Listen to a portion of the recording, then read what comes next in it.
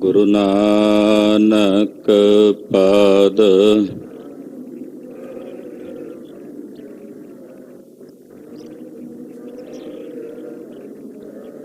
ਸਿਮਰੋ ਅੰਗਦ ਗੁਰ ਅਮਰਦਾਸ ਹਿਰਦੈ ਨਿਤ ਧਿਆਵੋ ਹਿਰਦੈ ਸ਼੍ਰੀ ਗੁਰੂ ਰਾਮਦਾਸ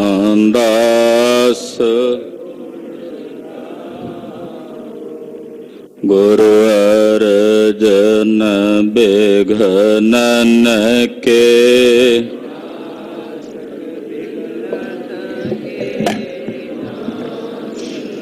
ਹਰ ਗੋਬਿੰਦ ਸ਼ੁਭ ਮਤ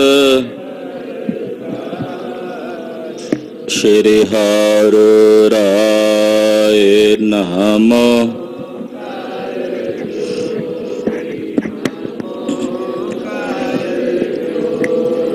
ਸ਼੍ਰੀ ਹਰਿ ਕ੍ਰਿਸ਼ਨ ਮਨਾਉ ਤੇਗ ਬਹਾਦਰ परम कृपाला जी परम कृपाला श्री गुरु गोबिंद सिंह बेसाला करो तरा पर पुन पुन सीसा जी पुन पुन सीसा बंदो बार बार जगदीशा कंकर सतगुरु तेह प्रसाद सच होए वाहे गुरु जी की फतेह है बेगन बिनाशन सोए जिसमें है अमृत ज्ञान है मानक भगत बैराग गुरु ग्रंथ साहिब उदद बंदों कर अनुराग जजन भजन मम खालसा खालसा पूजबे जोग दास गोबिंद फतेह खालसा दरस परस मिटे सो आत्म रस जो जानहि सो है खालस देव प्रभ मह मोह मह तास मह रंचक नाहिन पेग मुख चरह शास्त्र खट पिंग गिरन चढ़ जाए अंध लख बदरो सुनै जो काल कृपा कराए कहाँ बुद्ध प्रभ तुच्छ हमारी बरन सकै महिमा जो तिहारी हम ना सकत कर सिफत तुम्हारी आप ले हो तुम कथा सुधारी हम ना सकत कर सिफत तुम्हारी आप ले हो तुम कथा सुधारी सतनाम श्री वाहिगुरु साहिब जी दोहरा दाह करे सिख खरे गुर एक सिंह तब आए हाथ जोर बोलत भयो नार परी इक थाए वाहिगुरु जी का खालसा वाहिगुरु जी की फतेह। ਧੰਨ ਧੰਨ ਗੁਰਦੇਵ ਜਿਸ ਸੰਗ ਹਰ ਜਪੇ ਗੁਰ ਕਿਰਪਾਲ ਜਪ ਭਏ ਤਾਪ ਗੁਣ ਸਭ ਛਪੇ। ਐਸੇ ਕਰਨ ਕਾਰਨ ਦੀਨ ਦਿਆਲ ਭਗਤ ਵਛਲ ਅਨਾਥ ਜਗਤ ਗੁਰੂ ਸਤਿਗੁਰੂ ਸ੍ਰੀ ਗੁਰੂ ਗ੍ਰੰਥ ਸਾਹਿਬ ਜੀ ਮਹਾਰਾਜ ਜੀ ਦੀ ਪਾਵਨ ਪਵਿੱਤਰ ਹਜ਼ੂਰੀ 'ਚ ਜੁੜ ਬੈਠੇ ਬਹੁਤ ਹੀ ਸਨਮਾਨਯੋਗ ਸਤਿਕਾਰਯੋਗ ਗੁਰੂ ਸਵਰੂਪ ਗੁਰੂ ਖਾਲਸਾ ਸਾਧ ਸੰਗਤ ਜੀਓ, ਧੰਤਾ ਦੇ ਪਾਤਰ ਹੋ।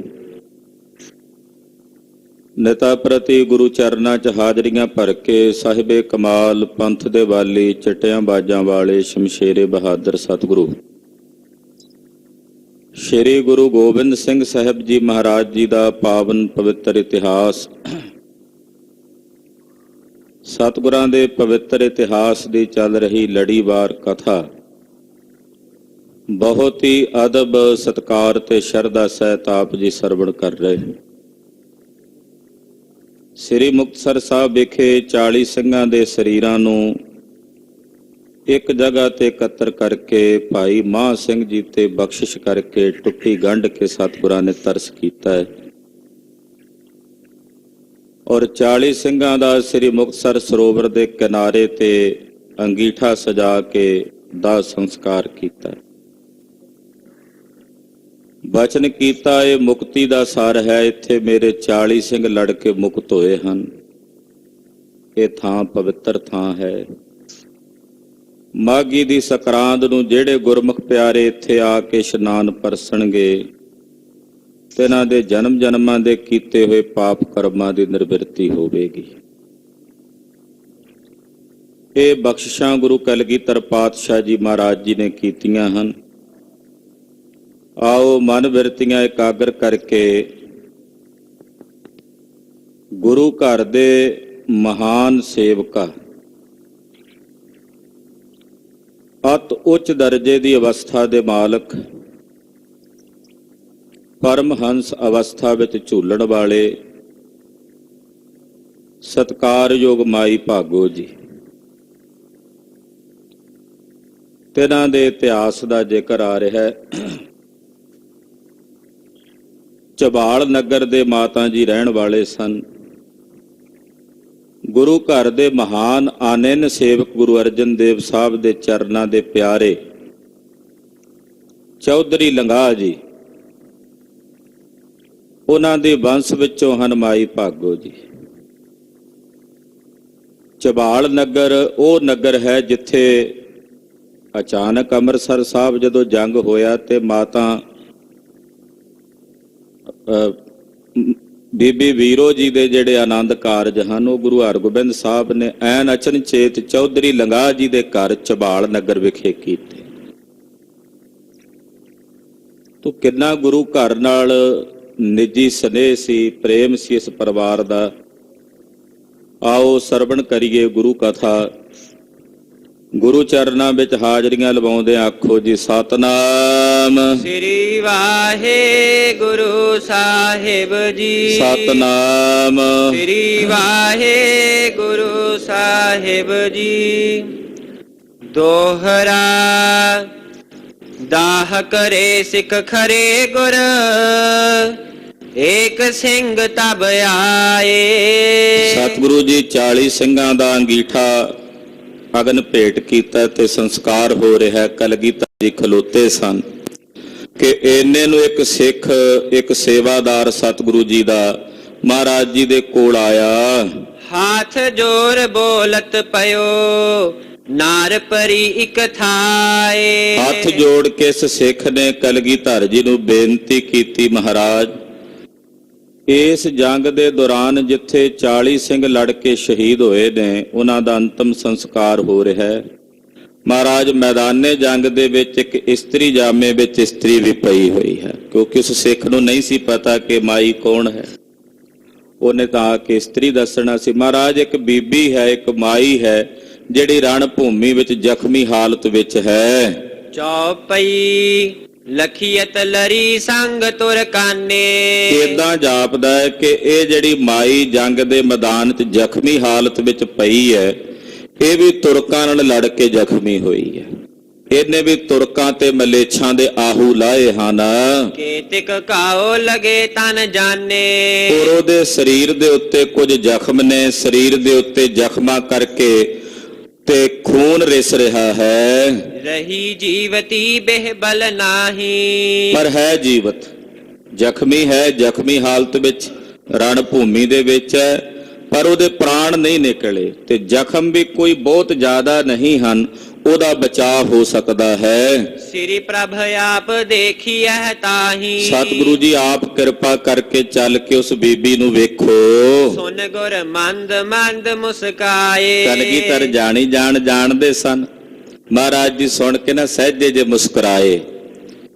ਮੁਸਕਰਾਏ ਕਿ ਜਿੱਥੇ ਮੇਰੇ ਪੁੱਤਰ ਜੰਗ ਦੇ ਮੈਦਾਨ ਵਿੱਚ ਲੜਨ ਵਾਲੇ ਸੂਰਮੇ ਹਨ, ਯੋਧੇ ਹਨ, ਉੱਥੇ ਮੇਰੀਆਂ ਧੀਆਂ ਵੀ ਬਹਾਦਰ ਹਨ, ਮੇਰੀਆਂ ਧੀਆਂ ਵੀ ਬਹਾਦਰ ਨੇ। ਇਹ ਪਹਿਲੀ ਉਹ ਸਤਿਕਾਰਯੋਗ ਮਾਈ ਹੈ, ਮਾਈ ਭਾਗੋ, ਜਿਸ ਨੇ ਸਿੱਖ ਜਗਤ ਵਿੱਚ ਜੰਗ ਦੇ ਮੈਦਾਨ 'ਚ ਮੂਹਰੇ ਹੋ ਕੇ ਜੰਗ ਲੜਨ ਦਾ ਹੌਸਲਾ ਕੀਤਾ ਹੈ।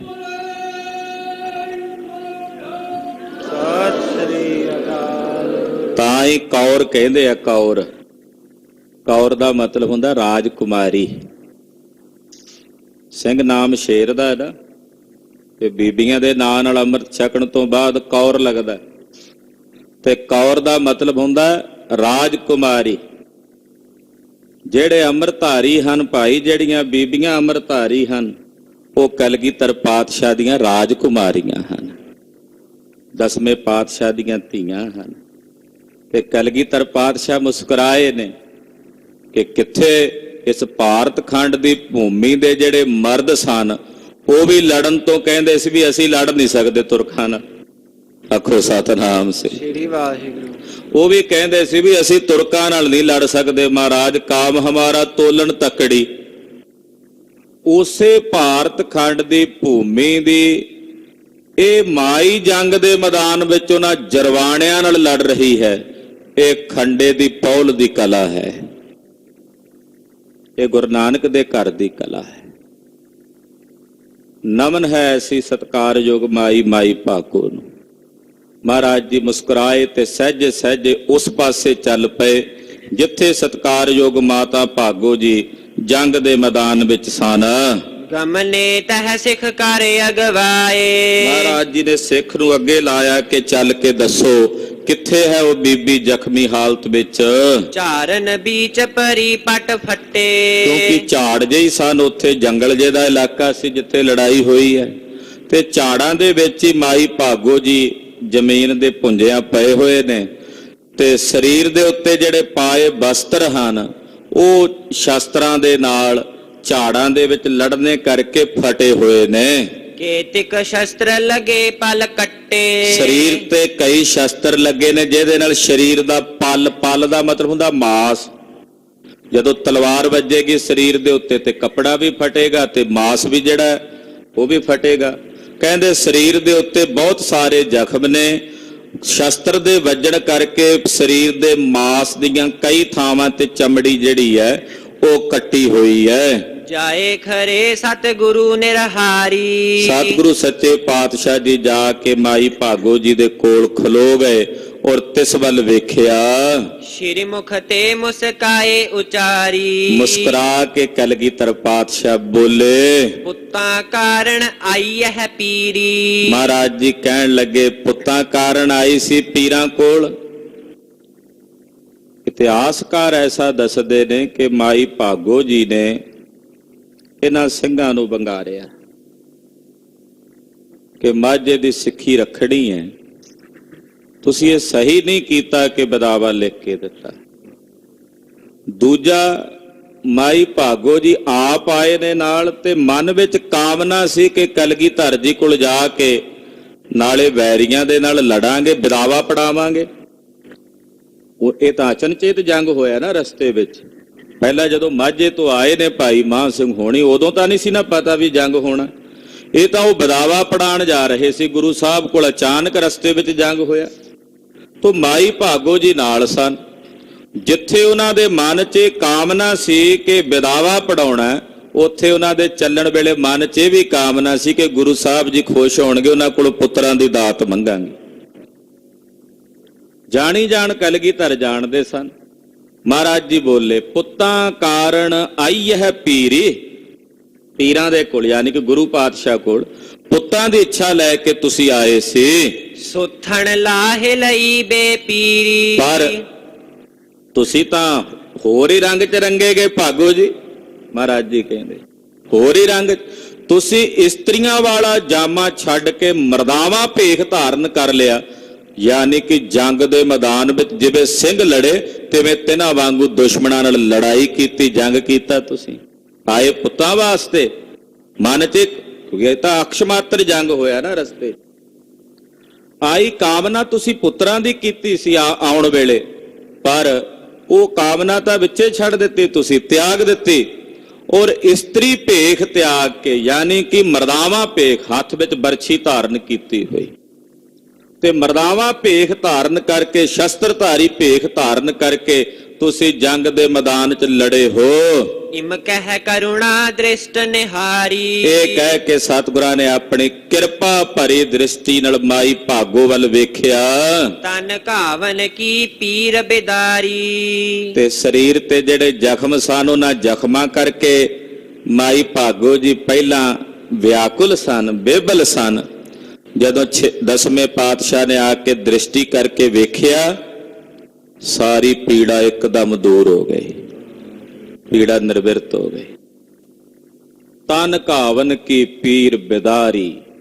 ਸਰੀਰ ਦੇ ਜ਼ਖਮਾਂ ਦੀ ਜਿਹੜੀ ਪੀੜ ਸੀ, ਕਿਉਂਕਿ ਤਲਵਾਰ ਦਾ ਜਿਹੜਾ ਫੱਟ ਲੱਗਦਾ ਨਾ ਸਰੀਰ ਤੇ, ਉਹਦੇ 'ਚ ਬੜੀ ਚੀਸ ਉੱਠਦੀ ਹੈ ਤਲਵਾਰ ਦੇ ਫੱਟ ਦੀ।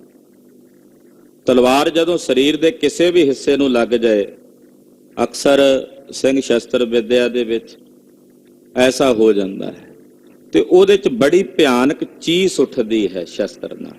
ਉਹ ਬੜੀ ਭਿਆਨਕ ਦਰਦ ਹੁੰਦੀ ਹੈ, ਔਰ ਉਹਨੂੰ ਬਰਦਾਸ਼ਤ ਕਰਨਾ ਬੜਾ ਔਖਾ ਹੁੰਦਾ।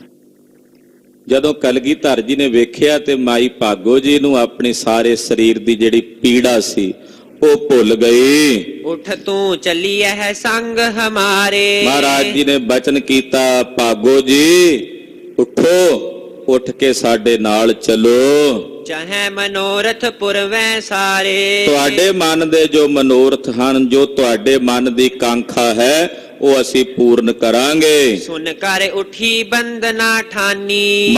ਮਾਈ ਭਾਗੋ ਜੀ ਸਤਿਗੁਰਾਂ ਦੇ ਬਚਨ ਸੁਣ ਕੇ ਉੱਠ ਖਲੋਤੇ। ਜਿਹੜੇ ਪਹਿਲਾਂ ਉੱਠ ਹੀ ਨਹੀਂ ਸਨ ਸਕਦੇ, ਬਚਨ ਨਾਲ ਹੀ ਬਿਠਾ ਦਿੱਤਾ, ਬਲ ਆ ਗਿਆ ਸਰੀਰ 'ਚ। ਉੱਠ ਕੇ ਕਲਗੀਧਰ ਦੇ ਚਰਨਾਂ ਤੇ ਬੰਦਨਾ ਕੀਤੀ। ਪਿਤਾ ਗੁਰੂ, ਆਪਣੀ ਧੀ ਦੀ ਨਮਸਕਾਰ ਆਪਣੇ ਚਰਨਾਂ ਤੇ ਪ੍ਰਵਾਨ ਕਰੋ।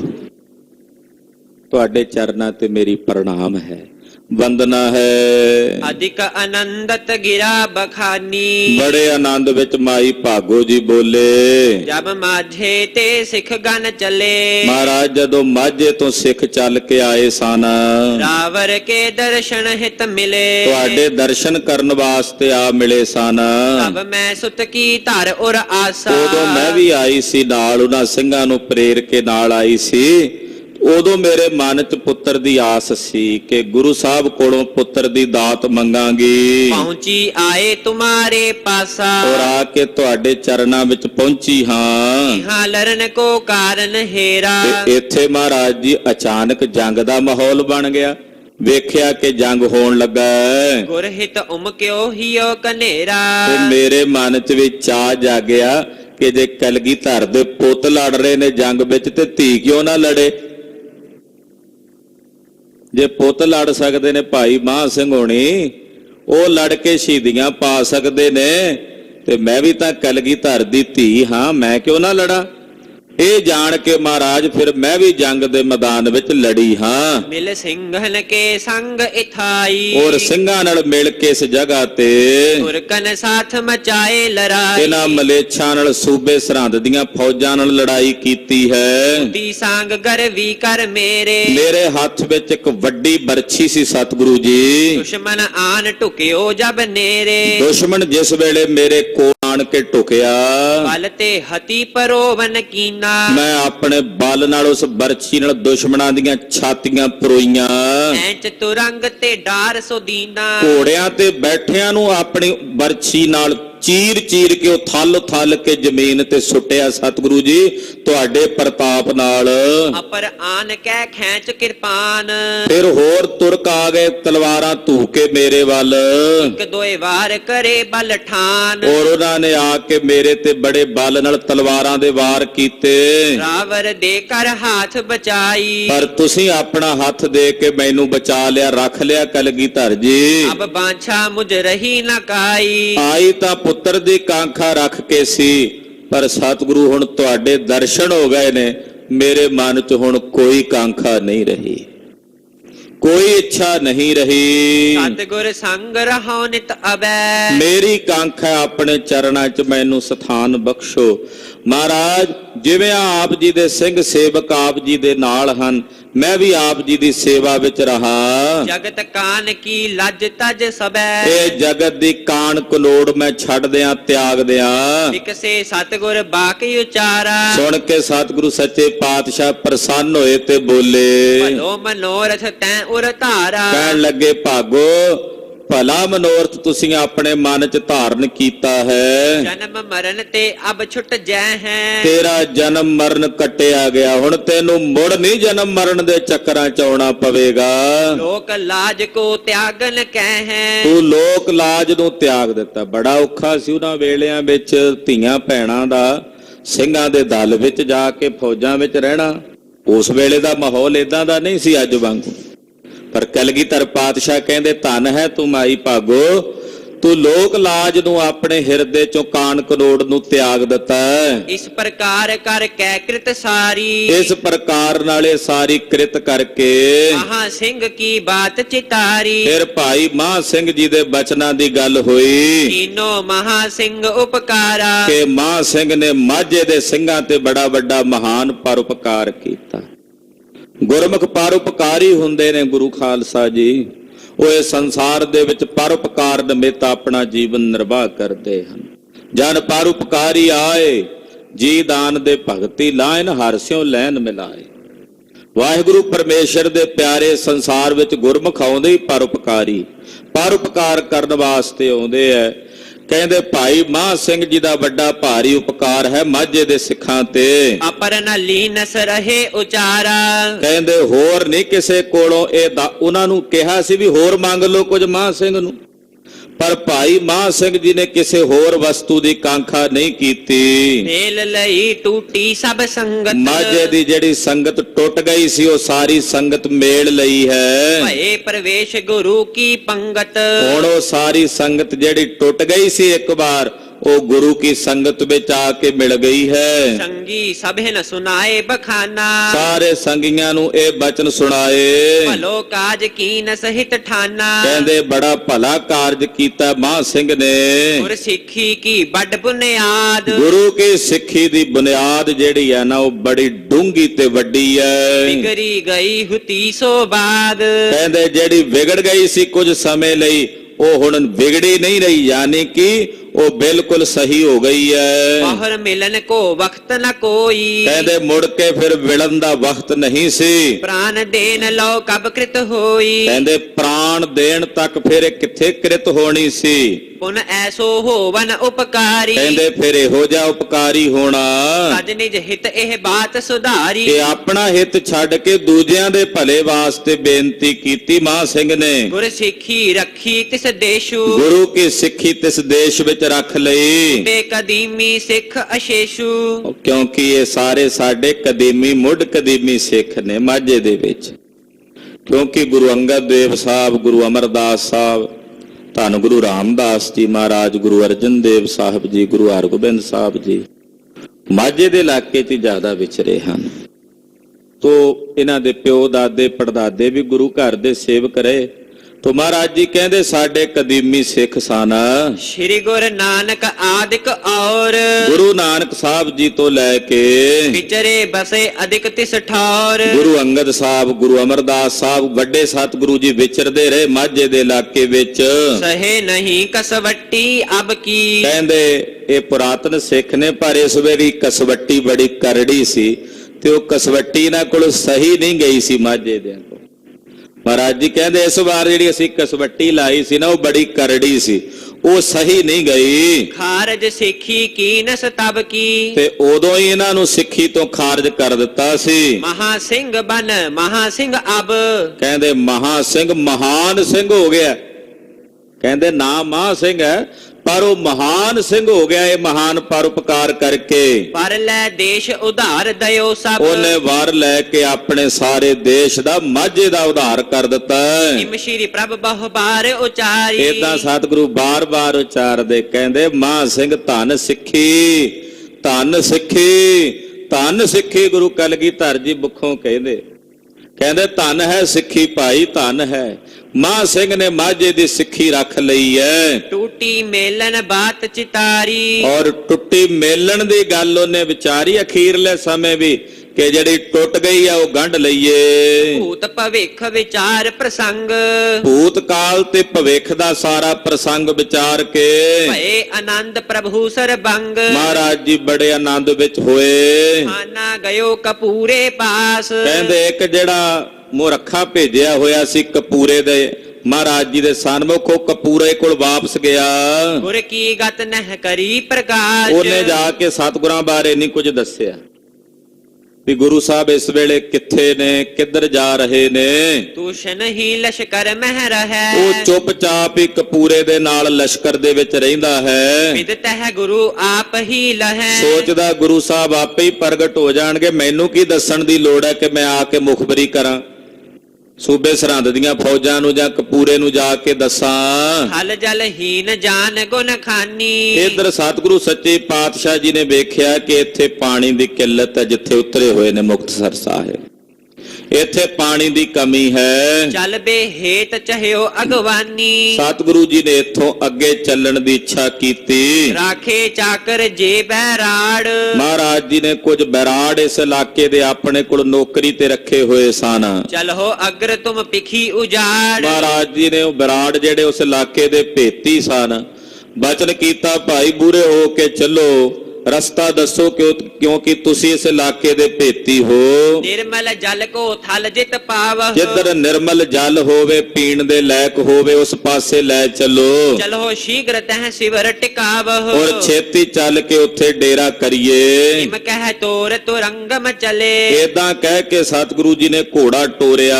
ਇਕ ਸਰਾਏ ਹੇਰੀ ਥਲ ਭਲੇ। ਥੋੜਾ ਜਿਹਾ ਅੱਗੇ ਜਾ ਕੇ ਇੱਕ ਭਲੀ ਸਰਾਂ ਵੇਖੀ। ਤਹੀਂ ਸਰੋਵਰ ਸੁੰਦਰ ਹੇਰਾ। ਕਹਿੰਦੇ ਪਰ ਉੱਥੇ ਜਿਹੜਾ ਸਰੋਵਰ ਸੀ ਕੋਈ ਬਹੁਤ ਜ਼ਿਆਦਾ ਸੁੰਦਰ ਨਹੀਂ ਸੀ। ਤਿਸਕੇ ਤੀਰ ਕਰਿਓ ਗੁਰ ਡੇਰਾ।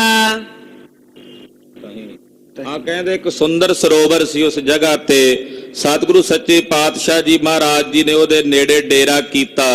ਉੱਥੇ ਹੀ ਸਰੋਵਰ ਦੇ ਕੰਢੇ ਤੇ ਇੱਕ ਸਰਾਂ ਬਣੀ ਹੋਈ ਹੈ, ਔਰ ਲਾਗੇ ਇੱਕ ਸਾਧੂ ਰਹਿੰਦਾ ਹੈ। ਜਹ ਕਹਿ ਉੱਤਰ ਤੁਰੰਗ ਲਗਾਏ। ਮਹਾਰਾਜ ਸੱਚੇ ਪਾਤਸ਼ਾਹ ਜੀ ਦੇ ਜਿੰਨੇ ਸਾਥੀ ਸਨ, ਸਭ ਨੇ ਉੱਥੇ ਉਤਾਰਾ ਕੀਤਾ। ਜਿੱਥੇ ਜਿੱਥੇ ਕਿਸੇ ਨੂੰ ਥਾਂ ਮਿਲੀ, ਆਪੋ ਆਪਣੇ ਘੋੜੇ ਬੰਨ ਲਏ। ਤ੍ਰਿਣ ਕਾਸ਼ਟ ਇਕੱਠੇ ਕਰਵਾਏ। ਘੋੜਿਆਂ ਵਾਸਤੇ ਘਾਹ ਪੱਠੇ ਦਾ ਪ੍ਰਬੰਧ ਕੀਤਾ। ਗੁਰੂ ਕੇ ਲੰਗਰਾਂ ਵਾਸਤੇ ਲੱਕੜ ਦਾ ਪ੍ਰਬੰਧ ਕੀਤਾ।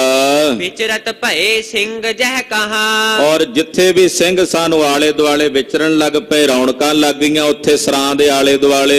ਏਕ ਸਾਧਕੋ ਆਸ਼ਰਮ ਤਹਾਂ। ਲੱਗ ਗਈ ਉੱਥੇ ਇੱਕ ਸਾਧੂ ਦਾ ਆਸ਼ਰਮ ਹੈ। ਪੂਜਨ ਲਗਿਓ ਸੇਵਕਨ ਸੋਈ। ਉੱਥੇ ਉਹ ਆਪਣੇ ਸੇਵਕਾਂ ਨੂੰ ਪੁੱਛਣ ਲੱਗਾ।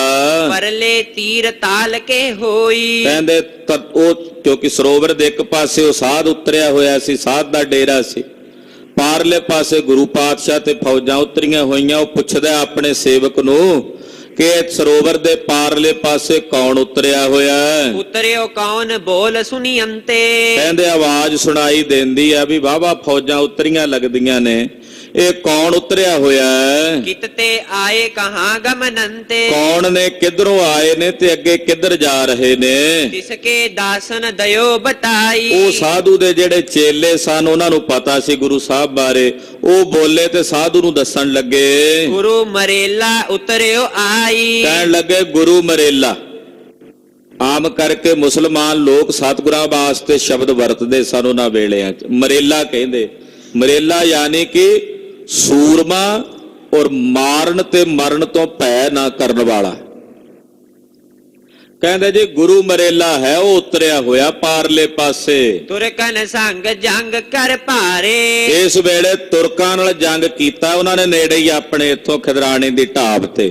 ਪਹਿਲਾਂ ਪਿੱਛੇ ਵੀ ਤੁਰਕਾਂ ਨਾਲ ਬੜੇ ਜੰਗ ਲੜੇ ਹਨ।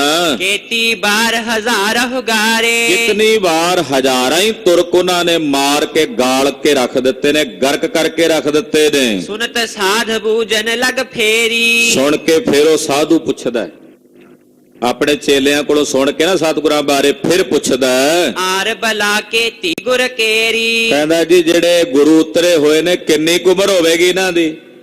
ਉਹ ਸਾਧ ਕਹਿੰਦਾ ਕਿੰਨੀ ਕੁ ਉਮਰ ਦੇ ਹਨ ਜਿਹੜੇ ਉਤਰੇ ਹੋਏ ਨੇ? केतिक सिख सेवक है संग। ਕਿੰਨੇ ਕੁ ਸਿੱਖ ਸੇਵਕ ਉਹਨਾਂ ਦੇ ਨਾਲ ਨੇ? उतरियो आन करत ही जंग। ਤੇ ਜੰਗ ਕਰਦੇ ਹੀ ਇੱਥੇ ਆਣ ਕੇ ਉਤਰੇ ਹਨ। ਕਿੰਨੀ ਕੁ ਉਮਰ ਹੈ ਇਹਨਾਂ ਦੀ? ਕਿੰਨੇ ਕੁ ਸਿੱਖ ਸੇਵਕ ਨੇ ਇਹਨਾਂ ਦੇ? कहा सिंह सो विचरत गए। ਇੰਨੇ ਨੂੰ ਉੱਥੇ ਸਿੰਘ ਵੀ ਜਿਹੜੇ ਵਿਚਰਦੇ ਉਹ ਸਾਧ ਦੇ ਡੇਰੇ ਦੇ ਕੋਲ ਆ ਗਏ। पूजी बात बताव तपे। ਉਹਨਾਂ ਸਿੰਘਾਂ ਦੇ ਕੋਲੋਂ ਪੁੱਛਣ ਲੱਗੇ। ਉਹਨਾਂ ਸਿੰਘਾਂ ਨੇ ਫਿਰ ਦੱਸਿਆ, वर्ष 30 ते ऊपर चरे। ਕਹਿੰਦੇ 30 ਸਾਲ ਤੋਂ ਉੱਪਰ ਉਮਰ ਹੈ 40 सम्मत के लख तरे। ਤੇ 40 ਤੋਂ ਥੱਲੇ ਹੈ, ਯਾਨੀ ਕਿ 39-40 ਵਰਸ ਦੇ ਨੇੜੇ ਤੇੜੇ ਦੀ ਉਮਰ ਹੈ ਇਹਨਾਂ ਦੀ। सुनत साध तरकत कह बैना। ਸੁਣ ਕੇ ਉਹ ਸਾਧ ਨੇ ਤਰਕ ਕੀਤਾ। ਸਿੱਖਾਂ ਦੇ ਜਦੋਂ ਦੱਸਿਆ ਨਾ ਵੀ 39-40 ਤੋਂ ਥੱਲੇ ਆ, 30 ਤੋਂ ਉੱਪਰ ਹੈ, ਅੰਦਾਜ਼ੇ ਨਾਲ ਦੱਸਿਆ ਨਾ ਉਮਰ, ਤੇ ਕਹਿਣ ਲੱਗੇ ਜੀ 40 ਕੁ ਸਾਲ ਦੇ ਨੇੜੇ ਤੇੜੇ ਉਮਰ ਹੈ ਉਹਨਾਂ ਦੀ। ਸੁਣ ਕੇ ਸਾਧ ਨੇ ਅੱਗੋਂ ਤਰਕ ਕੀਤਾ ਤੇ ਤਰਕ ਕਰਕੇ ਬੋਲਿਆ, तिस गुर ते हमने क्या लेना। ਕਹਿੰਦੇ ਫਿਰ ਇਹੋ ਜਿਹੇ ਗੁਰੂ ਤੋਂ ਅਸੀਂ ਕੀ ਲੈਣਾ ਜਿਹੜਾ ਹਾਲੇ ਨਿਆਣੀ ਜੀ ਉਮਰ ਦਾ। ਏਦਾਂ ਬੋਲਿਆ ਸਾਧ। ਉਹਨੇ ਏਦਾਂ ਤਰਕ ਕੀਤਾ, सधी साधना होए न कोई। ਥੋੜੀ ਜੀ ਉਮਰ ਹੈ ਉਹਨਾਂ ਦੀ, ਉਹਨਾਂ ਨੇ ਕਿਹੜਾ ਕੋਈ ਸਾਧਨਾ ਕੀਤੀ ਹੋਣੀ। ਪਰ ਸਾਧ ਨੂੰ ਕੀ ਪਤਾ ਸੀ ਜਿਹੜੀ ਸਾਧਨਾ ਸੈਂਕੜੇ ਜੁਗਾਂ ਤੱਕ ਗੁਰਦੇਵ ਹੇਮਕੁੰਟ ਪਰਬਤ ਤੇ ਕਰਕੇ ਆਏ ਨੇ ਉਹਦੇ ਬਾਰੇ ਨੂੰ ਜਾਣਕਾਰੀ ਨਹੀਂ ਸੀ। ਕਹਿੰਦਾ ਵੀ ਉਹਨਾਂ ਦੀ ਥੋੜੀ ਜੀ ਉਮਰ ਹੈ, ਉਹਨਾਂ ਨੇ ਕੀ ਸਾਧਨਾ ਕੀਤੀ ਹੋਣੀ ਹਾਲੇ। 40 ਵਰਸ ਦੀ ਕੋਈ ਉਮਰ, ਇਹ ਤਾਂ ਨਿਆਣਿਆਂ ਵਾਲੀ ਉਮਰ ਹੈ। ਸਾਧ ਦੀ ਉਮਰ ਬੜੀ ਲੰਮੀ ਸੀ, ਅੱਗੇ ਕਥਾ ਆ ਰਹੀ ਹੈ। ਉਹਨੂੰ ਆਪਣੀ ਲੰਮੀ ਉਮਰ ਦਾ ਵੀ ਮਾਣ ਸੀ, ਆਪਣੀ ਸਾਧਨਾ ਦਾ ਵੀ ਮਾਣ ਸੀ ਵੀ ਮੈਂ ਤਾਂ ਬੜੇ ਸਾਲਾਂ ਤੋਂ ਸਾਧਨਾ ਕਰਦਾ। ਅਕਸਰ ਕਈ ਵਾਰ ਬਾਲ ਉਮਰ ਦੇ ਵਿੱਚ ਕਿਸੇ ਨੂੰ ਵੇਖ ਕਰਕੇ ਕਈਆਂ ਦੇ ਹਿਰਦੇ 'ਚ ਆ ਜਾਂਦਾ ਵੀ ਇਹ ਆਣਾ ਹੈ, ਇਹਨੂੰ ਕੀ ਪਤਾ ਹੋਣਾ। ਪਰ ਕਈ ਵਾਰ ਬਾਲਪਨੇ ਦੀ ਉਮਰ ਦੇ ਵਿੱਚ ਵੀ ਪੂਰਬਲੇ ਜਨਮਾਂ ਦੀ ਭਗਤੀ ਜਿਹੜੀ ਹੈ, ਪੂਰਬਲੇ ਜਨਮਾਂ ਦੀ ਸਾਧਨਾ ਜਿਹੜੀ ਹੈ ਉਹ ਕੰਮ ਕਰਦੀ ਹੈ। ਇਹ ਸਰੀਰ ਦਾ ਪੜਦਾ ਹੈ। ਇਹ ਸਰੀਰ ਛੱਡ ਕੇ ਮੁੜ ਕੇ ਪਤਾ ਨਹੀਂ ਇਹਦੇ ਤੋਂ ਪਹਿਲਾਂ ਕਿੰਨੇ ਸਰੀਰ ਬਦਲੇ ਹੋਣਗੇ। ਜੀਵਾਤਮਾ ਤਾਂ ਉਹੀ ਚੱਲ ਰਹੀ ਨਾ ਪਿੱਛੋਂ। ਸਰੀਰ ਦਾ ਕੱਪੜਾ ਬਦਲਣ ਦੇ ਨਾਲ, ਆ ਚੋਲਾ ਬਦਲਣ ਦੇ ਨਾਲ ਵਿਚਲਾ ਸਰੀਰ ਤਾਂ ਨਹੀਂ ਬਦਲਦਾ। ਆ ਸਰੀਰ ਰੂਪੀ ਚੋਲਾ ਬਦਲਣ ਦੇ ਨਾਲ ਵਿੱਚ ਜਿਹੜੀ ਆਤਮਾ ਚੱਲਦੀ ਆ ਰਹੀ ਹੈ ਜੁਗਾਂ ਜੁਗਾਂ ਤੋਂ, ਤਾਂ ਉਹੀ ਹੈ ਨਾ। ਪਰ ਇਹਨੂੰ ਆਪਣੀ ਉਮਰ ਲੰਮੀ ਤੇ ਮਾਣ ਸੀ। ਕਹਿਣ ਲੱਗਾ ਛੋਟੀ ਜੀ ਉਮਰ ਹੈ ਗੁਰੂ ਜੀ ਦੀ, ਉਹਨਾਂ ਨੇ ਤਾਂ ਹਾਲੇ ਕੋਈ ਲੰਮੀ ਸਾਧਨਾ ਵੀ ਨਹੀਂ ਕੀਤੀ ਹੋਣੀ। शांत समेत नहीं चित होई। ਉਹਨਾਂ ਦਾ ਮਨ ਹਾਲੇ ਸ਼ਾਂਤ ਨਹੀਂ ਹੋਣਾ, ਕਿਉਂਕਿ 30-40 ਸਾਲ ਦੀ ਉਮਰ ਦੇ ਵਿੱਚ ਤਾਂ ਚੰਚਲ ਜੀ ਬਿਰਤੀ ਹੁੰਦੀ ਹੈ। ਟਿਕਾ ਤਾਂ ਜਦੋਂ ਕੋਈ ਲੰਮੀ ਉਮਰ ਹੋ ਜੇ ਫਿਰ ਜਾ ਕੇ ਬਣਦਾ। ਉਹਦਾ ਇਹ ਮੰਨਣਾ ਸੀ, ਹਰ ਇੱਕ ਬੰਦੇ ਦਾ ਨਾ ਆਪੋ ਆਪਣਾ ਨਜ਼ਰੀਆ ਹੁੰਦਾ ਵੀ ਟਿਕਾ ਨਹੀਂ ਹੋਣਾ, ਉਹਨਾਂ ਦੇ ਮਨ 'ਚ ਸ਼ਾਂਤੀ ਨਹੀਂ ਹੋਣੀ। तिसको कहियो सिंह सुन आए। ਜਦੋਂ ਸਾਧ ਨੇ ਤਰਕ ਕੀਤਾ ਤੇ ਸਿੰਘ ਸੁਣਦਾ ਸੀ ਕੋਲ, ਉਹ ਸੁਣ ਕੇ ਵਾਪਸ ਆ ਗਿਆ। तर करि दे कर कत खुन साए। ਮਨ 'ਚ ਗੁੱਸਾ ਵੀ ਕੀਤਾ ਉਹਨੇ ਵੀ ਸਾਡੇ ਸਤਿਗੁਰਾਂ ਨੂੰ ਇਦਾਂ ਕਹਿੰਦਾ, ਪਰ ਉਹ ਸਾਧ ਸੀ, ਉਹਨੇ ਆਖਿਆ ਵੀ ਚਲੋ ਇਹਦੇ ਨਾਲ ਕੀ ਮਗਜਮਾਰੀ ਕਰਨੀ ਹੈ। ਉਹ ਸਿੰਘ ਵਾਪਸ ਆ ਗਿਆ। मिले आन जब सतगुर पास ਆ ਕੇ ਜਦੋਂ ਸਤਿਗੁਰੂ ਜੀ ਨੂੰ ਮਿਲੇ, कही साध की करी प्रकाश ਉਹਨੇ ਗੁੱਸਾ ਬੜਾ ਸੀ ਸਿੰਘ ਨੂੰ। ਉਹਨੇ ਜਾ ਕੇ ਸਤਿਗੁਰੂ ਜੀ ਨੂੰ ਦੱਸਿਆ। सुन गुर कहे ओ साध बहु दिन को ਸੁਣ ਕੇ ਸਤਿਗੁਰੂ ਜੀ ਕਹਿਣ ਲੱਗੇ, ਸਾਧ ਬੜੀ ਲੰਮੀ ਉਮਰ ਦਾ ਹੈ, आर भला गुमान बहु मन को ਇਹਨੂੰ ਆਪਣੀ ਲੰਮੀ ਉਮਰ ਦਾ ਗੁਮਾਨ ਹੈ, ਇਹਨੂੰ ਆਪਣੀ ਲੰਮੀ ਆਯੂ ਦਾ ਮਾਣ ਹੈ। केतिक चेल का तिसके ਉਹ आए ਸਿੰਘ ਦੇ ਨਾਲ ਉਹਦੇ ਸਾਧ ਦੇ ਕਈ ਚੇਲੇ ਵੀ ਆ ਗਏ।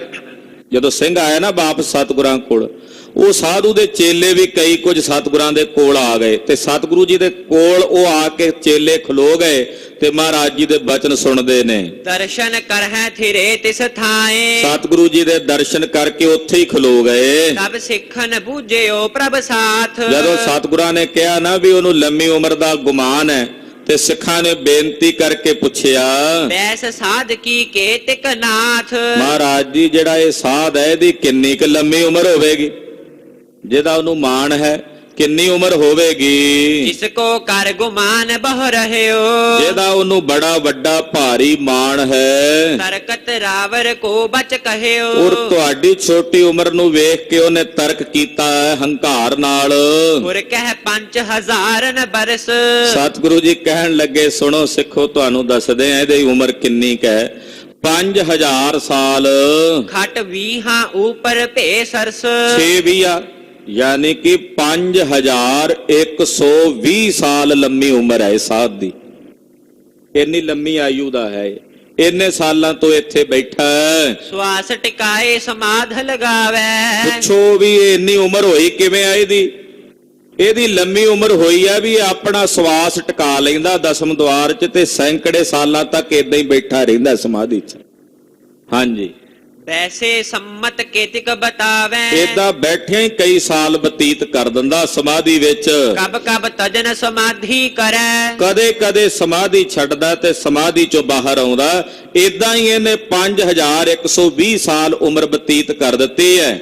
बोल बिलोक है इत्युत फिरे ਔਰ ਫਿਰ ਬੋਲ ਵੇਖਦਾ ਤੇ ਇੱਧਰ ਉੱਧਰ ਫਿਰਦਾ। ਜਦੋਂ ਉੱਠਦਾ ਨਾ ਸਮਾਧੀ 'ਚੋਂ ਕਈ ਸਾਲਾਂ ਦੀ ਸਮਾਧੀ ਤੋਂ ਬਾਹਰ ਆਉਂਦਾ, ਫਿਰ ਇਹ ਗੱਲਬਾਤ ਕਰਦਾ ਤੇ ਇੱਧਰ ਉੱਧਰ ਟੁਰਦਾ ਫਿਰਦਾ। सुनत चेल का बहुबे समाए ਜਿਹੜੇ ਉਹ ਲਾਗੇ ਚੇਲੇ ਖੜੇ ਸੀ ਉਹਨਾਂ ਨੂੰ ਵੀ ਨਹੀਂ ਸੀ ਪਤਾ ਵੀ ਸਾਡੇ ਸਾਧ ਦੀ ਇੰਨੀ ਉਮਰ ਹੈ ਲੰਮੀ। ਉਹ ਵੀ ਸੁਣ ਕੇ ਬੜੇ ਹੈਰਾਨ ਹੋਏ। अपने गुरु साध टिग आए ਉਹ ਭੱਜ ਕੇ ਆਪਣੇ ਗੁਰੂ ਕੋਲ, ਆਪਣੇ ਉਸ ਸਾਧੂ ਦੇ ਕੋਲ ਆਏ। हे महंत जी सिख सुन गए ਕਹਿਣ ਲੱਗਾ, ਕੱਲ ਚੇਲੇ ਆ ਕੇ, ਮਹੰਤ ਜੀ ਕਹਿੰਦੇ ਹੁੰਦੇ, ਮਹੰਤ ਜੀ ਸੁਣੋ, ਜਿਹੜੇ ਸਿੱਖ ਤੁਹਾਡੇ ਕੋਲੋਂ ਸੁਣ ਕੇ ਗਏ ਸਨ, तुमरी कही बतावत भये ਤੁਹਾਡੀ ਕਈ ਗੱਲ ਜਾ ਕੇ ਉਹਨਾਂ ਨੇ ਗੁਰੂ ਜੀ ਨੂੰ ਦੱਸੀ। ਜੋ ਤੁਸੀਂ ਕਿਹਾ ਸੀ ਵੀ ਉਹਨਾਂ ਦੀ ਛੋਟੀ ਉਮਰ, ਹਾਲੇ ਤਾਂ ਉਹਨਾਂ ਨੇ ਕੋਈ ਸਾਧਨਾ ਹੀ ਨਹੀਂ ਕੀਤੀ ਹੋਣੀ, ਮਨ ਹੀ ਸ਼ਾਂਤ ਨਹੀਂ ਹੋਣਾ। ਤੁਹਾਡੀ ਇਹ ਕਈ ਗੱਲ ਸਿੱਖਾਂ ਨੇ ਉਹਨਾਂ ਨੂੰ ਜਾ ਕੇ ਦੱਸੀ ਹੈ। बिक्स बदन ते गुरु बखानी ਪਰ ਗੁਰੂ ਜੀ ਨੇ ਅੱਗੋਂ ਗੁੱਸਾ ਨਹੀਂ ਕੀਤਾ। ਉਹਨਾਂ ਨੇ ਸਗੋਂ ਹੱਸਦਿਆਂ ਹੋਇਆਂ ਖੇੜੇ ਵਿੱਚ ਇਹ ਬਚਨ ਕਿਹਾ।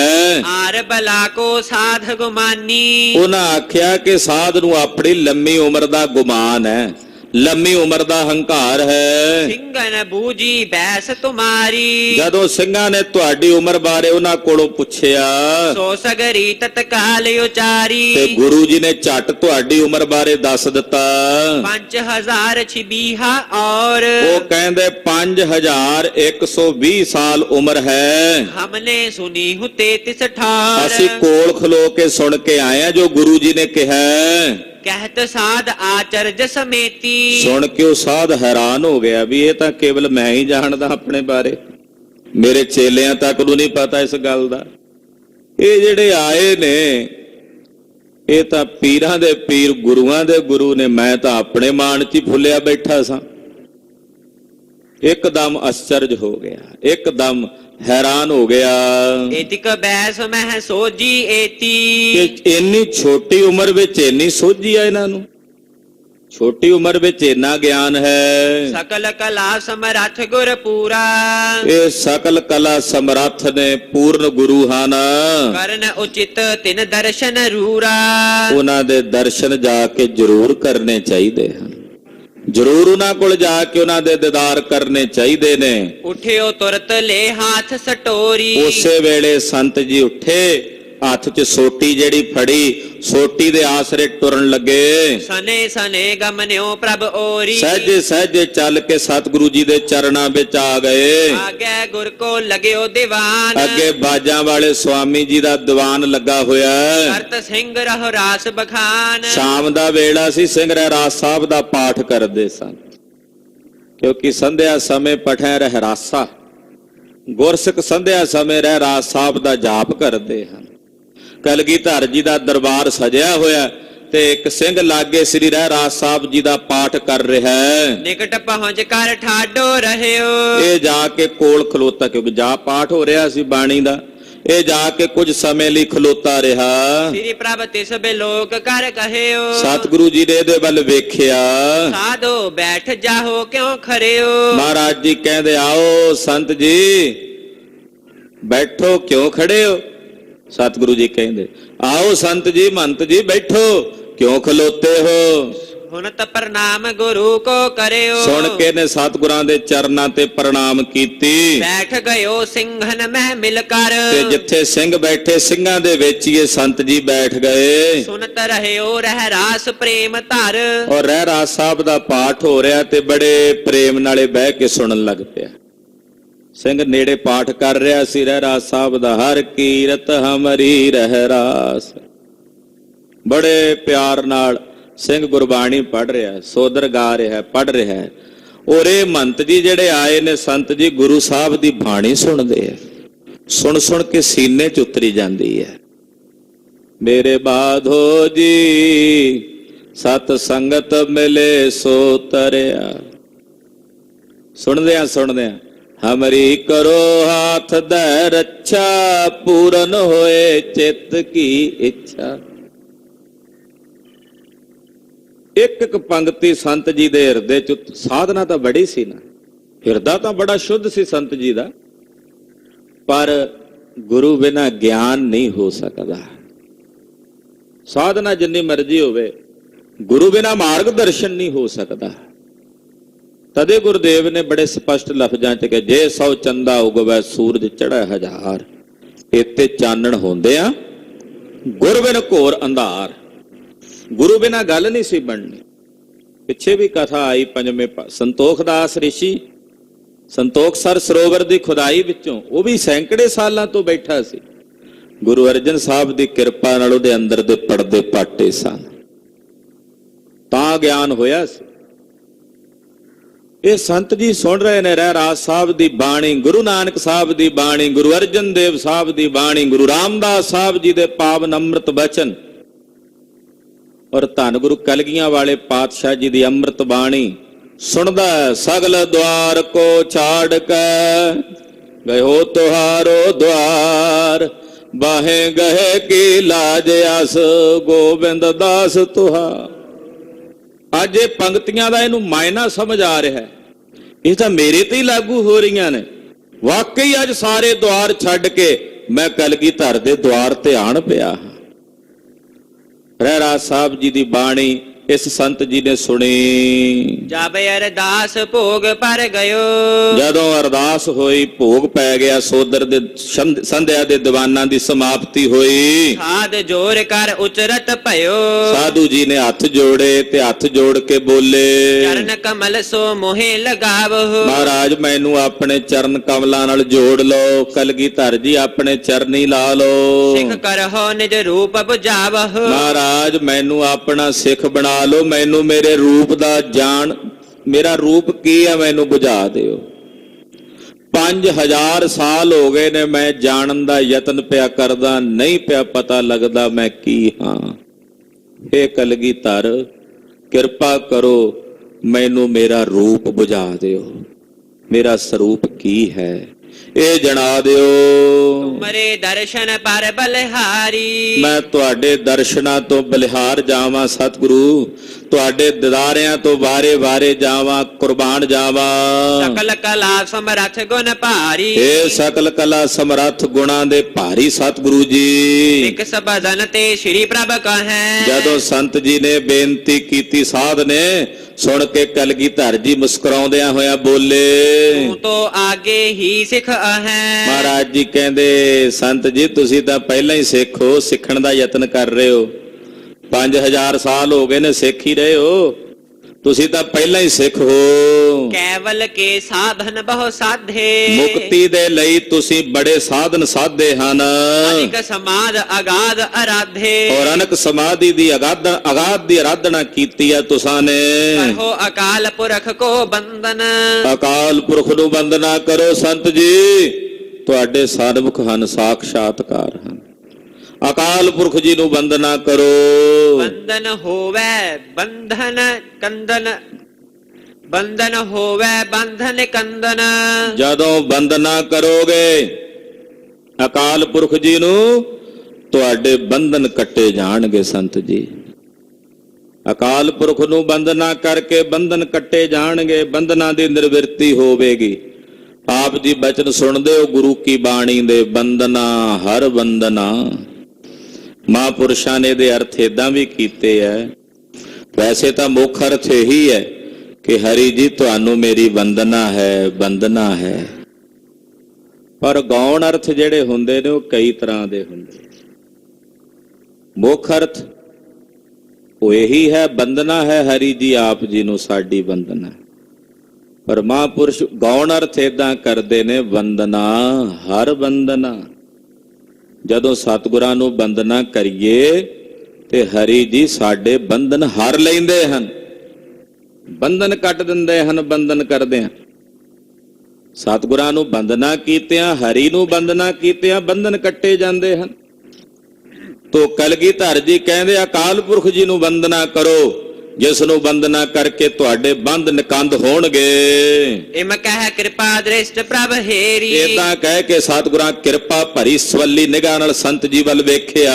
ਹਿਰਦੈ ਪ੍ਰਕਾਸ਼ ਭਇਓ ਤਿਸ ਬੇਰੀ, ਬਸ ਵੇਖਣ ਦੀ ਦੇਰੀ ਸੀ। 5120 ਸਾਲ ਦੀ ਉਮਰ ਹੈ, ਜਿਹੜਾ ਪ੍ਰਕਾਸ਼ ਇੰਨੀ ਲੰਮੀ ਉਮਰ ਦੇ ਵਿੱਚ ਸਾਧਨਾ ਕਰਦਿਆਂ ਨਹੀਂ ਸੀ ਹੋਇਆ। ਕਲਗੀਧਰ ਦੀ ਕਿਰਪਾ ਦ੍ਰਿਸ਼ਟੀ ਨਾਲ ਤਾਤਕਾਲ ਹਿਰਦੇ 'ਚ ਪ੍ਰਕਾਸ਼ ਹੋ ਗਿਆ। ਸਤਿ ਸ੍ਰੀ ਅਕਾਲ। ਕਿਰਪਾ ਭਾਏ ਤਤਕਾਲ ਹੀ ਪ੍ਰਾਪਤ ਭਾ ਬ੍ਰਹਮ ਗਿਆਨ। ਬਾਬਾ ਬੁੱਢਾ ਸਾਹਿਬ ਜੀ ਬਾਰੇ ਲਿਖਿਆ ਏਦਾਂ ਇਤਿਹਾਸ ਵਿੱਚ, ਕਿੱਥੇ ਉਹ 5-6 ਸਾਲ ਦੀ ਉਮਰ ਵਿੱਚ ਹੀ ਬ੍ਰਹਮ ਗਿਆਨ ਹੋ ਜਾਂਦਾ ਉਹਨਾਂ ਨੂੰ। ਜਦੋਂ ਗੁਰੂ ਨਾਨਕ ਸਾਹਿਬ ਦੀ ਇੱਥੇ 5000 ਸਾਲ ਦੀ ਉਮਰ ਬੀਤ ਗਈ ਹੈ। ਅੱਜ ਕਲਗੀਧਰ ਜੀ ਨੇ ਜਦੋਂ ਆਪਣੀ ਸਵੱਲੀ ਨਿਗਾਹ ਨਾਲ ਵੇਖਿਆ, ਇਹਨੂੰ ਖਾਲਸਾ ਜੀ ਸ਼ਕਤੀ ਦਾ ਪਾਤ ਕਰਨਾ ਕਹਿੰਦੇ ਆ। ਸ਼ਕਤੀ ਊਰਜਾ ਜਿਹੜੀ ਆਪਣੀ ਦੇਣੀ।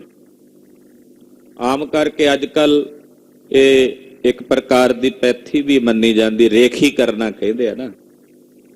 ਉਹਦੇ ਬੜੇ ਬੜੇ ਸੈਂਟਰ ਖੁੱਲੇ ਹੁੰਦੇ, ਉਹ ਆਪਣੀ ਸ਼ਕਤੀ ਊਰਜਾ ਜਿਹੜੀ ਆ ਉਹ ਕਿਸੇ ਬਿਮਾਰ ਦੇ ਉੱਤੇ ਉਹ ਰੇਖੀ ਕਰਦੇ, ਉਹਦੇ ਨਾਲ ਉਹ ਠੀਕ ਕਰਦੇ। ਪਰ ਅਸਲ ਵਿੱਚ ਗੁਰੂ ਸਾਹਿਬ ਤਾਂ ਆਪ ਪਰਮੇਸ਼ਵਰ ਨੇ, ਊਰਜਾ ਦਾ ਮਹਾਨ ਸੋਮਾ ਨੇ। ਬਸ ਵੇਖਣ ਨਾਲ ਹੀ ਆਪਣੇ ਅੰਦਰੋਂ ਕੁਝ ਸ਼ਕਤੀ ਉਸ ਸੰਤ ਜੀ ਦੇ ਹਿਰਦੇ ਵਿੱਚ ਲਿਆਂਦੀ ਹੈ, ਉਹਦੇ ਨਾਲ ਅੰਦਰੋਂ ਕੜ ਤੋੜ ਦਿੱਤਾ ਹੈ। ਕੜ, ਇੱਕ ਕੜ ਟੁੱਟਾ ਸੀ ਨਾ ਗੋਇੰਦਵਾਲ ਸਾਹਿਬ, ਬੌਲੀ ਸਾਹਿਬ ਦਾ। ਆਹਾ, ਉਹ ਵੀ ਕੜ ਸੀ, ਟੁੱਟਦਾ ਨਹੀਂ ਸੀ। ਬੜਿਆਂ ਨੇ ਘਣ ਬਦਾਨ ਮਾਰੇ, ਉਹ ਟੁੱਟੇ ਹੀ ਨਾ। ਮਹਾਰਾਜ ਜੀ ਨੇ ਭਾਈ ਮਾਣਕ ਚੰਦ ਜੀ ਨੂੰ ਆਖਿਆ ਵੀ ਤੁਸੀਂ ਜਾ ਕੇ ਕੜ ਤੋੜੋ। ਉਹਨਾਂ ਕੋਲ ਗੁਰੂ ਅਮਰਦਾਸ ਸਾਹਿਬ ਨੇ ਜਦੋਂ ਕਿਹਾ ਮਾਣਕ ਚੰਦ ਜੀ ਤੁਸੀਂ ਜਾ ਕੇ ਬਦਾਨ ਮਾਰੋ, ਘਣ ਮਾਰੋ, ਟੁੱਟੇਗਾ। ਟੁੱਟਿਆ ਤੇ ਇੱਕਦਮ ਚਸ਼ਮਾ ਫੁੱਟਿਆ ਅੰਦਰੋਂ। ਮਾਣਕ ਜੀ ਵਿੱਚੇ ਹੀ ਡੁੱਬ ਗਏ। ਸਿੱਖ ਕਹਿੰਦੇ ਡੁੱਬ ਗਏ ਨੇ।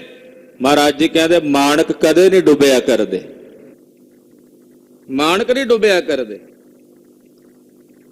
ਅਸਲ ਵਿੱਚ ਉਹ ਕੜ ਗੋਇੰਦਵਾਲ ਸਾਹਿਬ ਦੀ ਬੌਲੀ ਦਾ ਵੀ ਟੁੱਟਿਆ, ਪਰ ਉਹਦੇ ਵਿੱਚ ਸੰਕੇਤ ਹੈ ਇੱਕ ਕੜ ਸਾਡੇ ਅੰਦਰ ਵੀ ਹੈ ਜਿਹਦੇ ਤੇ ਅਸੀਂ ਬੜੇ ਵਿਧਾਨ ਮਾਰਦੇ ਹਾਂ, ਆਪਣੇ ਯਤਨਾਂ ਨਾਲ ਨਹੀਂ ਟੁੱਟਦਾ। ਜਦੋਂ ਗੁਰੂ ਸਾਹਿਬ ਦੀ ਕਿਰਪਾ ਵਰਤਦੀ ਫਿਰ ਉਹ ਕੜ ਟੁੱਟਦਾ ਹੈ ਨਾ, ਫਿਰ ਅੰਮਿਓ ਚੱਲੇ ਝਰਣੇ, ਨਿੱਕੀ ਨਿੱਕੀ ਅੰਮ੍ਰਿਤ ਦੀਆਂ ਬੂੰਦਾਂ ਦਾ ਮੀਂਹ ਨਹੀਂ, ਫੁਹਾਰੇ ਹੀ ਚੱਲ ਪੈਂਦੇ, ਚਸ਼ਮੇ ਹੀ ਫੁੱਟ ਪੈਂਦੇ ਆ। ਉਹ ਕੜ ਜਿਹੜਾ ਨਹੀਂ ਸੀ ਟੁੱਟਿਆ 5000 ਸਾਲਾਂ ਤੋਂ, ਕਲਗੀਧਰ ਦੀ ਕਿਰਪਾ ਦ੍ਰਿਸ਼ਟੀ ਨਾਲ ਟੁੱਟ ਗਿਆ। ਉਸੇ ਵੇਲੇ ਸੰਤ ਜੀ ਦੇ ਹਿਰਦੇ 'ਚ ਗਿਆਨ ਦਾ ਪ੍ਰਕਾਸ਼ ਹੋ ਗਿਆ। ਬਾਰ ਬਾਰ ਬਾਰਜ ਪਦ ਬੰਦਤ, ਬਾਰ ਬਾਰ ਗੁਰਦੇਵ ਦੇ ਚਰਨ ਬਾਰਜ। ਆਹਾ, ਭਾਈ ਸਾਹਿਬ ਦੀ ਕਵਿਤਾ ਵੈਸੇ ਇਤਨੇ ਕਮਾਲ ਦੀ ਹੈ। ਬਾਰਜ, ਬਾਰ ਬਾਰਜ ਪਦ ਬੰਦਨ। ਬਾਰਜ, ਬਾਰ ਨਾਮ ਪਾਣੀ ਦਾ ਵੀ ਹੁੰਦਾ ਨਾ, ਪਾਣੀ ਤੋਂ ਪੈਦਾ ਹੋਣ ਵਾਲਾ ਕੀ ਹੁੰਦਾ? ਕਮਲ। ਪਾਣੀ ਤੋਂ ਜੋ ਪੈਦਾ ਹੋਏ ਉਹਨੂੰ ਕਮਲ ਕਹਿੰਦੇ। ਕਹਿੰਦੇ ਬਾਰ ਬਾਰ ਗੁਰਦੇਵ ਦੇ ਚਰਨ ਕਮਲਾਂ ਤੇ ਇਹ ਸੰਤ ਜੀ ਬੰਦਨਾ ਕਰਦੇ ਨੇ। ਲੱਖ ਗੁਰ ਮਹਿਮਾ ਹਿਰਦੇ ਆਨੰਦਤ, ਸਤਿਗੁਰੂ ਸੱਚੇ ਪਾਤਸ਼ਾਹ ਦੀ ਭਾਰੀ ਮਹਿਮਾ ਜਾਣ ਕੇ ਹਿਰਦੇ 'ਚ ਆਨੰਦਿਤ ਹੁੰਦੇ ਹਨ। ਬਾਹਰ ਸਾਧ ਕੈ ਸ਼ਰਧਾ ਸੇਤੀ, ਫਿਰ ਉਹ ਸਾਧੂ ਜੀ ਬੋਲੇ ਬੜੀ ਸ਼ਰਧਾ ਨਾਲ। ਏਤਿਕ ਬੈਸਰ ਸੋਜੀ ਏਤੀ, ਕਹਿਣ ਲੱਗਾ ਮਹਾਰਾਜ ਇੰਨੀ ਬੈਸ ਤੇ ਇੰਨੀ ਸੋਝੀ, ਉਮਰ 40 ਸਾਲ, ਸਿਰਫ 40 ਸਾਲ ਦੇ ਨੇੜੇ, ਸੋਝੀ ਇਤਨੀ। ਸੁਨ ਕਰ ਸ਼੍ਰੀ ਸਤਿਗੁਰੂ ਬਖਾਨਾ। ਹੁਣ ਸ਼ਰਧਾ ਨਾਲ ਕਿਹਾ, ਪਹਿਲਾਂ ਤਰਕ ਨਾਲ ਕਿਹਾ ਸੀ, ਹੁਣ ਸਵਾਲ ਪੁੱਛਦਾ ਸ਼ਰਧਾ ਨਾਲ। ਤੇ ਕਲਗੀਧਰ ਜੀ ਸੁਣ ਕੇ ਬੋਲੇ, ਤੁਮ ਹੋ ਗੋਦੜਾ ਰੱਖਿਓ ਪੁਰਾਣਾ। ਮਹਾਰਾਜ ਜੀ ਕਹਿੰਦੇ ਸੰਤ ਜੀ ਗੱਲ ਏਦਾਂ ਵੀ ਤੁਸੀਂ ਪੁਰਾਣਾ ਗੋਦੜਾ ਸਾਂਭੀ ਬੈਠੇ ਹੋ, ਅਸੀਂ ਨਵਾਂ ਲੈ ਲਿਆ। ਗੱਲ ਤਾਂ ਇੰਨੀ ਕਿ ਤੁਸੀਂ ਉਹ ਪੁਰਾਣਾ ਗੋਦੜਾ ਜਿਹੜਾ ਉਹੀ ਸਾਂਭੀ ਰੱਖਿਆ। ਕੋਸ਼ਿਸ਼ ਨਹੀਂ ਜਿਨ ਹਉ ਕਰ ਪਾਵੇ, ਤੇ ਜਿਨ੍ਹਾਂ ਨੂੰ ਨਵੀਂ ਪੁਸ਼ਾਕ ਮਿਲਦੀ ਹੋਵੇ, ਨਵੇਂ ਕੱਪੜੇ ਮਿਲਦੇ ਹੋਣ, ਲੈ ਸੋ ਪਹਿਰੈ ਅੰਗ ਸੁਹਾਵੇ, ਉਹ ਲੈ ਕੇ ਧਾਰਨ ਕਰ ਲੈਂਦਾ ਵੀ ਸੋਹਣਾ ਲੱਗਾਂਗਾ।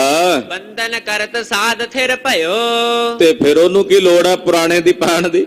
ਜੇ ਨਵਾਂ ਮਿਲਦਾ ਹੋਵੇ ਤੇ ਫਿਰ ਪੁਰਾਣਾ ਪਾਣ ਦੀ ਕੀ ਲੋੜ ਆ? ਨਾ ਮਿਲੇ ਫਿਰ ਤਾਂ ਮਜਬੂਰੀ ਹੈ। ਸਾਨੂੰ ਮਿਲਿਆ ਅਸੀਂ ਲੈ ਲਿਆ, ਤੁਸੀਂ ਪੁਰਾਣਾ ਹੀ ਸਾਂਭੀ ਬੈਠੇ ਹੋ। ਇਹ ਸੁਣ ਕੇ ਸਾਧ ਨੇ ਫਿਰ ਮੱਥਾ ਟੇਕਿਆ।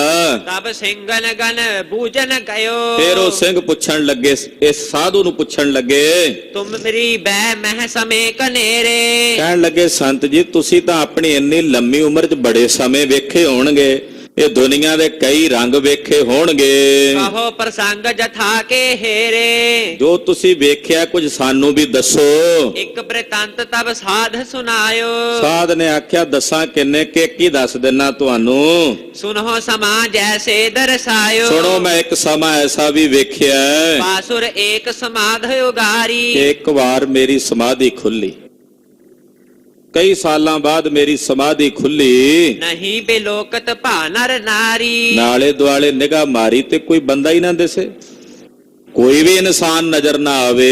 ਇੱਕ ਦੋਏ ਮਜਲ ਗਇਓ ਮੈਂ ਜਬ ਹੂੰ, ਮੈਂ ਟੁਰਦਾ ਚਲਾ ਗਿਆ, 2-4 ਮੰਜ਼ਲਾਂ ਜਦੋਂ ਤੈਅ ਕੀਤੀਆਂ, ਕੋ ਇੱਕ ਮਨੁਜ ਨਿਹਾਰਿਓ ਤਬ ਹੂੰ। ਫਿਰ ਜਾ ਕੇ ਇੱਕ ਬੰਦਾ ਲੱਭਾ ਮੈਨੂੰ, ਕਈ ਦਿਨਾਂ ਦੀ ਮੰਜ਼ਲਾਂ ਤੋਂ ਬਾਅਦ ਕੋਈ ਬੰਦਾ ਹੀ ਨਾ ਦਿਸੇ ਨੇੜੇ ਤੇੜੇ, ਨਾ ਕੋਈ ਜੀਵ ਜੰਤੂ ਦਿਸੇ। ਕਹਿੰਦੇ ਇੱਕ ਬੰਦਾ ਮੈਨੂੰ ਕਈ ਦਿਨਾਂ ਬਾਅਦ ਜਾ ਕੇ ਮਿਲਿਆ।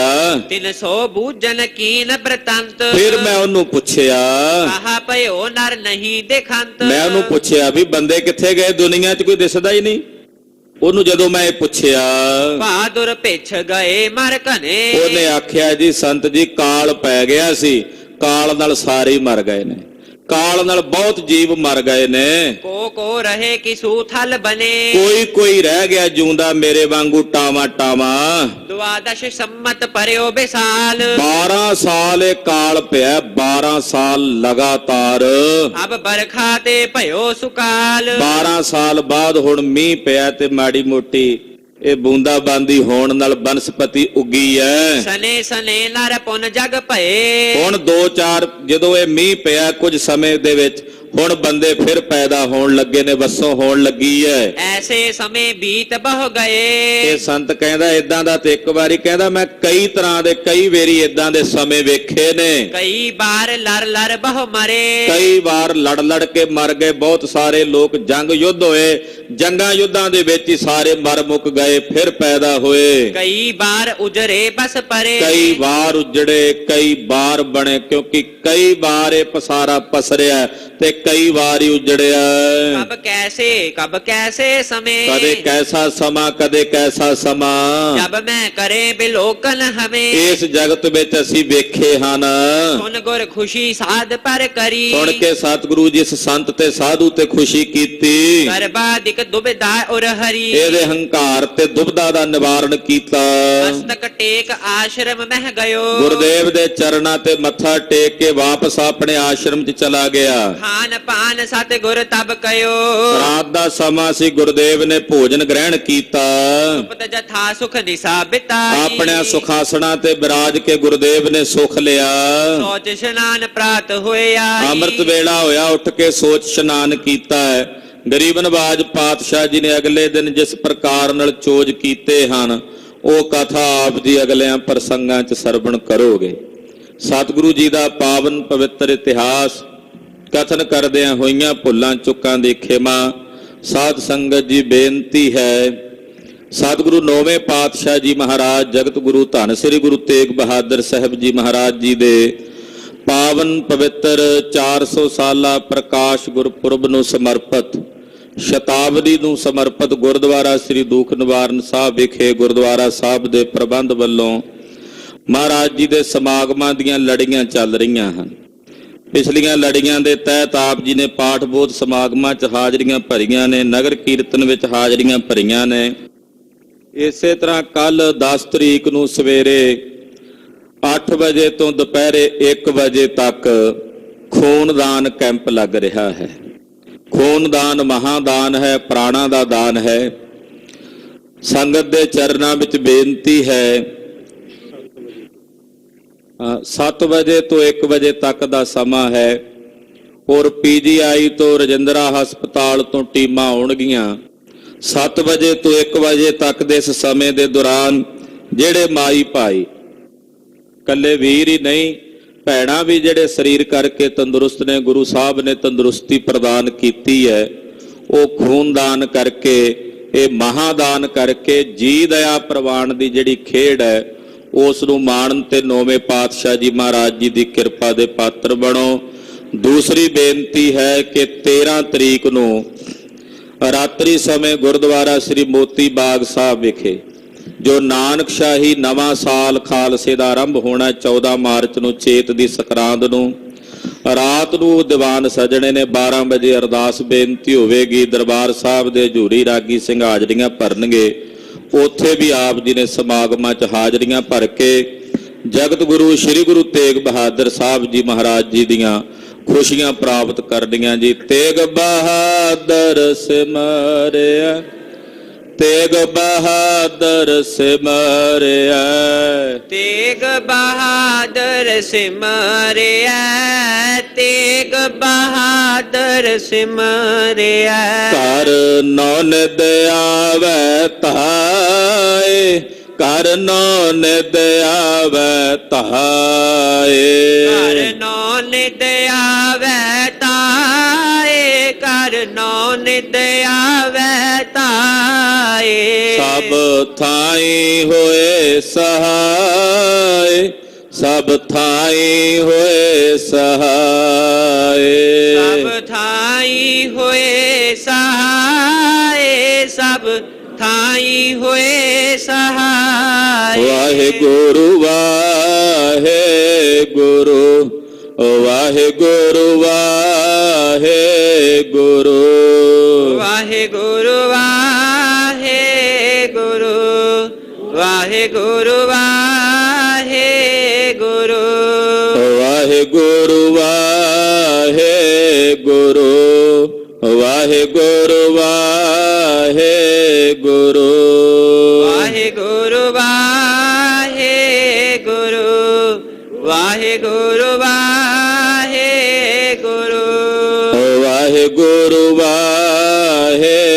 ਵਾਹਿਗੁਰੂ ਵਾਹਿਗੁਰੂ ਵਾਹਿਗੁਰੂ ਵਾਹਿਗੁਰੂ ਵਾਹਿਗੁਰੂ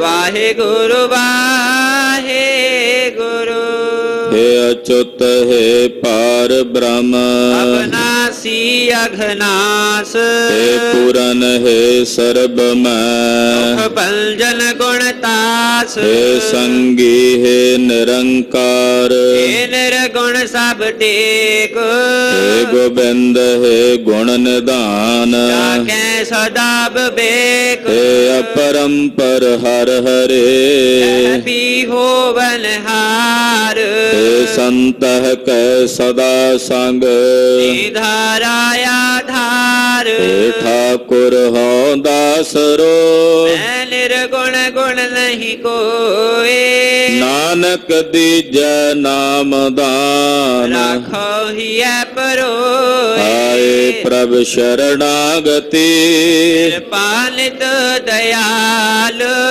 एक अखर हर मन बस्त ਨਾਨਕ ਹੋਤ ਨਿਹਾਲ वाहिगुरु नाम जहाज है ਗੜੇ ਸੋ ਉਤਰੇ ਪਾਰ जो श्रद्धा कर सेवंदे ਗੁਰ ਪਾਰ ਉਤਾਰਨ ਹਾਰ वाहिगुरु नाम जहाज है ਗੜੇ ਸੋ ਉਤਰੇ ਪਾਰ जो श्रद्धा कर सेवंदे ਗੁਰ ਪਾਰ ਉਤਾਰਨ ਹਾਰ वाहिगुरु जी का खालसा वाहिगुरु जी की फतेह।